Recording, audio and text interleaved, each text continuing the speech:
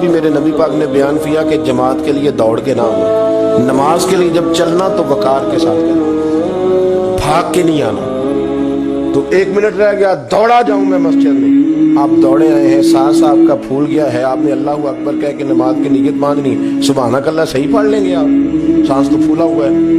और फिर अगर आप रास्ते में आ रहे थे और आप तेजी से आए और आप भागे और आपको चोट लग गई तो आप कई जमातों से गए, मना कर दिया, फरमाया भाग के नहीं आना, आराम से आओ, सुकून से आओ, इत्मीनान से, आपकी तबीयत के अंदर सुकून रहे। आपको पता है कि मंजिल इंशाल्लाह मिलेगी, निकल गए हैं तो अल्लाह उसका अजर भी अता करेगा। आपकी नीयत थी कि मुझे जमात से मिलना है, किसी वजह से रह गए तो अल्लाह सवाब देने वाला है। लेकिन उसके अंदर बेचैनी पैदा कर लेना और दौड़ना और भागना और बहुत सारी चीजों का शिकार हो जाना। वुजू करें सुकून के साथ, सही वुजू करें, क्योंकि तबलीग से थोड़ा सा ताल्लुक रहता है तो कुछ तलखियां भी कभी कभी बर्दाश्त करनी पड़ती हैं और कहना भी बड़ा जरूरी होता है। एक साहब मेरे साथ वुजू कर रहे थे, कहीं मैं सफर पे था, तो मैंने उनको टोक दिया, मैंने कहा आपका टखना सारा खुश्क रह गया है। तो चूंकि वो उनका चेहरा मोरा बताता था कि कोई अमीर आदमी है या किसी भी लिहाज से कोई दर्जा रखता है, तो मुझे कहने लगा मौलवी साहब नमाज आपने कबूल करनी कि अल्लाह ने? कितनी मतलब अजीब बात है। मैंने उन्हें कहा जी कबूल अल्लाह ने करनी है, पर अल्लाह ने शर्तें बयान की है कबूल करनी। आप दर्जी के पास गए, आपने दर्जी को कहा मेरा माप ले लो, शर्त लगाई कि इस माप का कुर्ता हो, इस माप का मेरा पाजामा हो, इस माप के मेरे बाजू हो, शर्त लगा के आए आप। तो अगर उसने गलत माप का सी दिया तो कबूल कर लेते हो?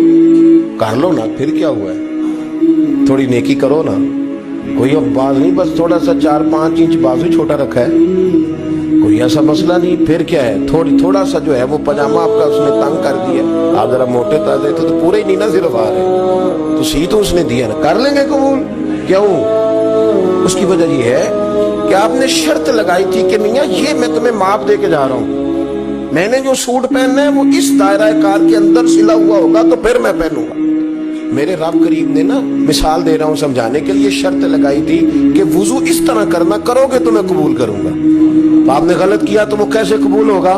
इसलिए कि आप शर्तों में पूरे नहीं उतरे।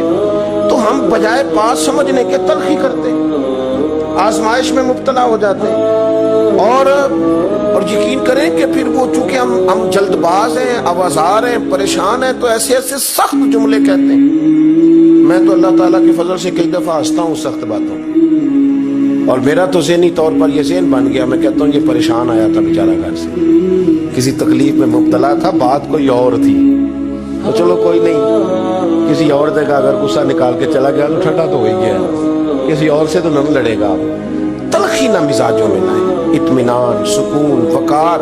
और मैं आपको बताऊं, जो वालिद है, जो बाप है, जो बड़ा है, जो घर का बड़ा है, अगर उसके मिजाज में जल्दबाजी हो, माँ हो या बाप हो, आप यकीन करें बच्चे बेचारे आजमाइश में आ जाते। सारे दुख माँ बाप के नहीं है, कुछ बच्चों के भी, बच्चे आजमाइश में आ जाते।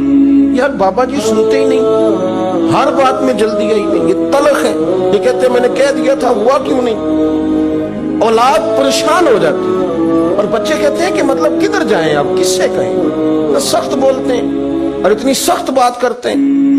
ओ भाई जरा ठहरे आप, ठीक है बात इसमें कि बच्चों को आपने ऑर्डर किया था तो आपका इस वक्त बड़ा दर्जा था, आपके हुक्म पे फौरन जो है वो हाँ करनी चाहिए थी, पर वो इंसान ही है, मशीन तो नहीं ना, वक्त तो लगता है। और यही हाल बहुत सारे नौजवानों का है, वो कहते हैं अब्बा जी आपको ढंग का काम करना चाहिए था, देखे मैं कितना पीछे रह गया हूँ। अपनी तबीयत की तलखी ने आपने दूसरों के दिल चीर के रख दिए, आपने किसी के जज्बे का ख्याल ही नहीं किया, कोई एहसास ही नहीं पैदा हुआ, आपने देखा ही नहीं कितने लोग आपकी वजह से आजमाइश में आ गए।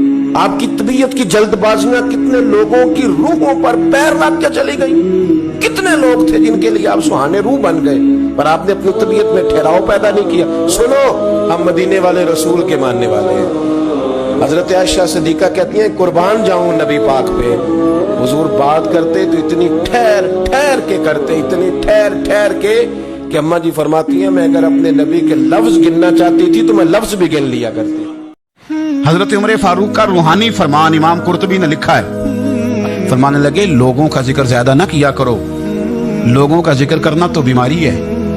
फरमाने लगे रब का जिक्र ज्यादा करो, अल्लाह के जिक्र में शिफा है। लोगों का जिक्र ही करते रहते हो, इसी काम ही लगे रहते हो, ये तो बीमारी है, ये तो तुम्हारे दिल में बीमारी पैदा कर देगी। हर वक्त सोचोगे और ये बीमारी आ जाती है, लोगों की तरफ तवज्जो रहे तो यहाँ हसद पैदा हो जाता है, यहाँ बुग़्ज़ पैदा हो जाता है, यहाँ अदावत पैदा हो जाती है। और कभी कभी यूं भी होता है कि कुछ लोगों को देख के इंसान एहसास कमतरी का शिकार हो जाता है, कमजोर पड़ जाता है। तो बंदों की तरफ देखने की हाजत क्या है? जब फुर्सत मिले बंदा वुजू करे, सर सजदे में रख दे, कुरान पाक की तिलावत शुरू करे।